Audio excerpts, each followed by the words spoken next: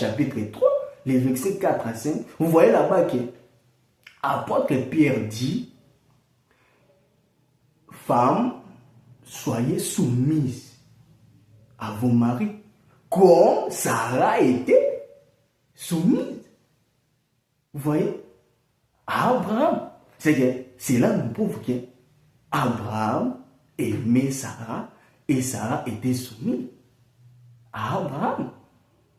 Vous voyez? C'est très important. Si apôtre Pierre prend l'exemple d'Abraham et Sarah, il connaissait. Pourquoi il disait ainsi? Parce que nous connaissons Abraham et Sarah avaient l'écart de 10 ans. C'est qu'Abraham surpassait Sarah à l'écart de 10 ans. C'est aujourd'hui, si nous voulons entrer dans le royaume des cieux, même tu es un prédicateur, tu dois te marier, tu dois épouser une femme que tu as l'écart de...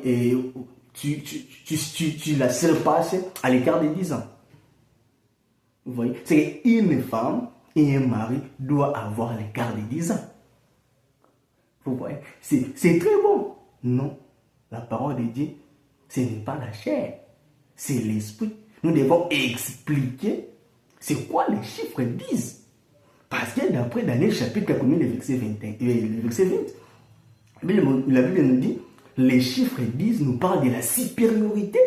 Vous voyez? C'est qu'Abraham était supérieur de sa femme. Vous voyez? Les 10 là, ce n'est pas l'écart physique, même si tu as l'écart d'une année, 2 ans. Vous voyez?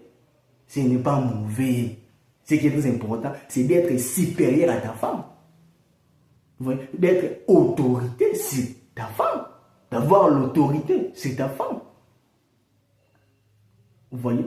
C'est qu'un homme doit être supérieur à sa femme.